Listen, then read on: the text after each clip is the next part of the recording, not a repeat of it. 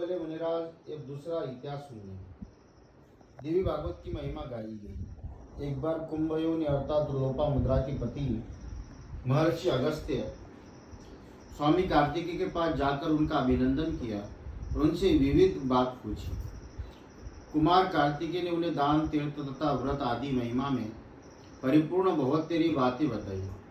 उन्होंने अगस्त्य मुनि को काशीपुरी, मणिकर्णिका, गंगा, अनन्यता तीर्थों का महात्म्य विस्तार के साथ सुनाया। इन कथाओं को सुनकर अगस्त्य मुनि बहुत प्रसन्न हुए। अतिशय तेजस्वी कार्तिकेय ने उन्होंने लोक कल्याण की भावना से पुनः प्रश्न किया।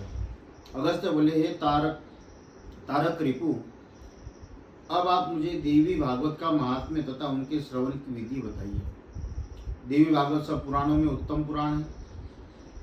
उसमें त्रिलोक जननी और नित्या भगवती की महिमा बखान कही है। स्वामी कार्तिकेय बोले कि हे ब्राह्मण, देवी भागवत के महात्म्य को विस्तार के साथ भला कौन कह सकता है। मैं संक्षिप्त रूप में कहूंगा, उसे सुनिए।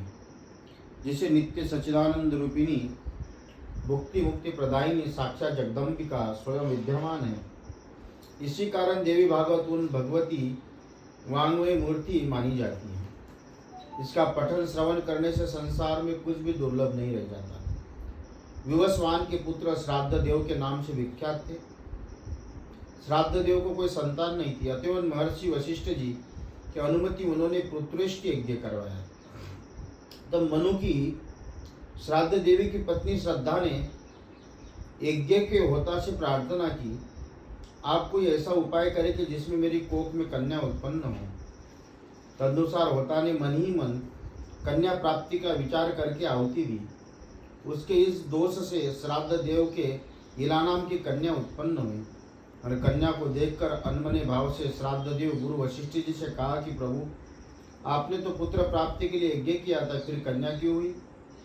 यह सुनकर मुनि वशिष्ठ ने ध्यान किया तो उन्हें होता के व्यातिक्रम का पता लगा। रीला को कन्या के पुत्र रूप में परिणित करने के लिए ईश्वर की शरण गए।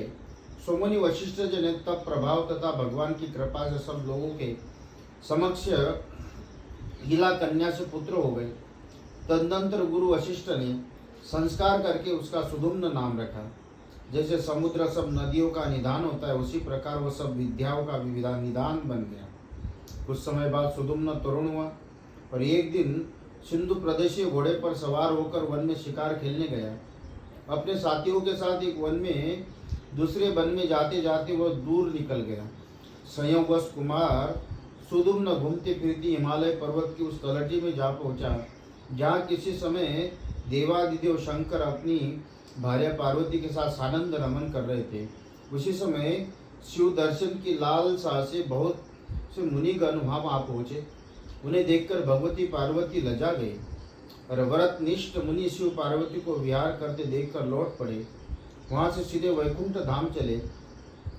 तब अपने प्रियतमा को प्रसन्न करने के लिए शिवजी ने उस वन को शाप दे दिया था, आज से जो भी पुरुष इस वन में आएगा वह स्त्री हो जाएगा। उसी समय पुरुष ने उस वन में जाना छोड़ दिया था।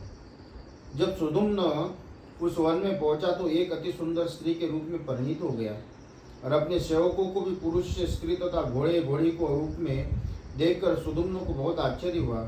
वो सुंदरी वन वन में विचरण करने लगी। एक दिन बुध के आश्रम के पास आ पहुंची और उस सर्वांग सुंदरी घोड़े तथा उन्मत्त युक्त उस सुंदर लाल होठ कुंद कुसुम सदृश श्वेत दंत वाली सुंदर तथा कमनीय नयन वाली उस तरुणी को देखते बुध के समस्त अंग काम भाव से बीन गए और उस पर आसक्त हो गए।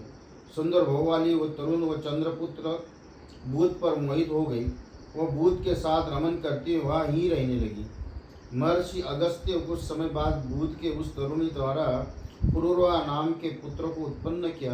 कुछ वर्ष व्यतीत होने पर वो सुंदरी जब पूर्व वृत्तांत स्मरण आया तो बहुत दुखित हो गई। आश्रम से भाग निकले। वहां से चलकर गुरु वशिष्ठ के आश्रम गए और सब वृत्तांत बताकर उन्हें पुनः पुरुषत्व पाने की इच्छा व्यक्त की। सब वृत्तांत सुनकर गुरु वशिष्ठ कैलाश पर्वत गए। शंकर भगवान का पूजन करके परम श्रद्धापूर्वक प्रकाश स्तुति करने लगे। वशिष्ठ जी बोले, शिव शंकर भगवती गिरजा के अर्धांग और चंद्रमौली शिव को नमस्कार है।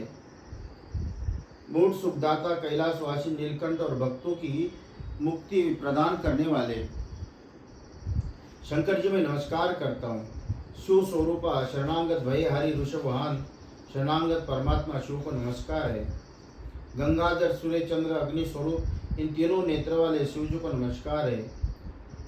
चांदी के पर्वत सदृश रूप त्रिनेत्रधारी और चंद्रशेखर शिव जी अतिशय प्रसन्न होकर विनम्र वशिष्ठ मुनि से बोले। शंकर जी बोले, हे विप्र, आपकी जो इच्छा वो वर मांगिए। उनका ऐसा कहने पर गुरु वशिष्ठ प्रणाम करके इला के पुनः पुरुषत्व प्राप्ति के लिए प्रार्थना की। तब प्रसन्न होकर शंकर जी ने कहा कि महीना वो पुरुष रहेगी, 1 महीना पुरुष रहेगी और 1 महीना स्त्री। इस प्रकार शिव जी को वर प्राप्त करके वशिष्ठ जी ने वरदान के लिए उत्सुक महेश्वरी भगवती पार्वती का स्मरण किया और चंद्र माँ की करोड़ों कलाओं सदृश कांति मध्य तथा मंद मंद मुस्काती हुई भगवती पार्वती को प्रणाम करके इला के सर्वकालीन पुरुषत्व प्राप्ति की कामना से प्रेम पूर्वक स्तुति करते हुए वशिष्ठ कहने लगे, हे देवी, भक्तों पर कृपा करने वाली भगवती आपकी जय हो। हे आराध्या, हे अनंत गुणों के खान, हे शरणागत वत्सले, आपको मैं नमस्कार करता हूँ। अर्थ धर्म काम मोक्ष चारों पदार्थ प्रदान करने वाली आप मुझ पर प्रसन्न हो। भली भांति आपकी स्तुति करने में भला कौन समर्थ हो सकता है।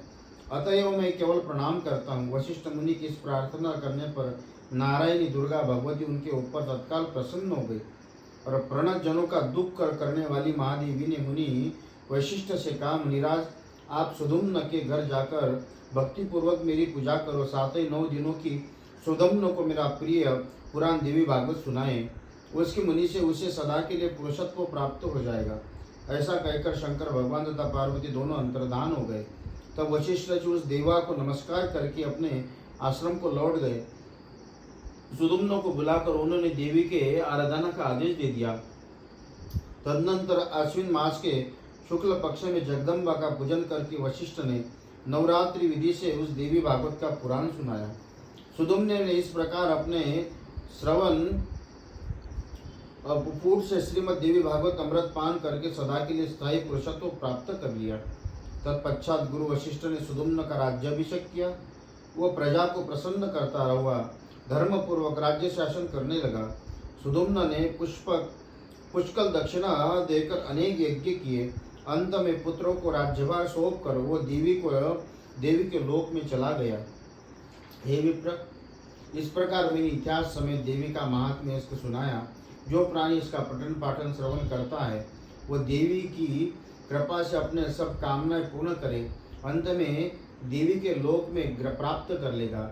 इति श्रीमद्भागवते मानस खंडे श्री देवी भागवत महात्म्ये पंडित राम तेज कृत भाषा टीकायां तृतीयो अध्याय कृष्णार्पणमस्तु।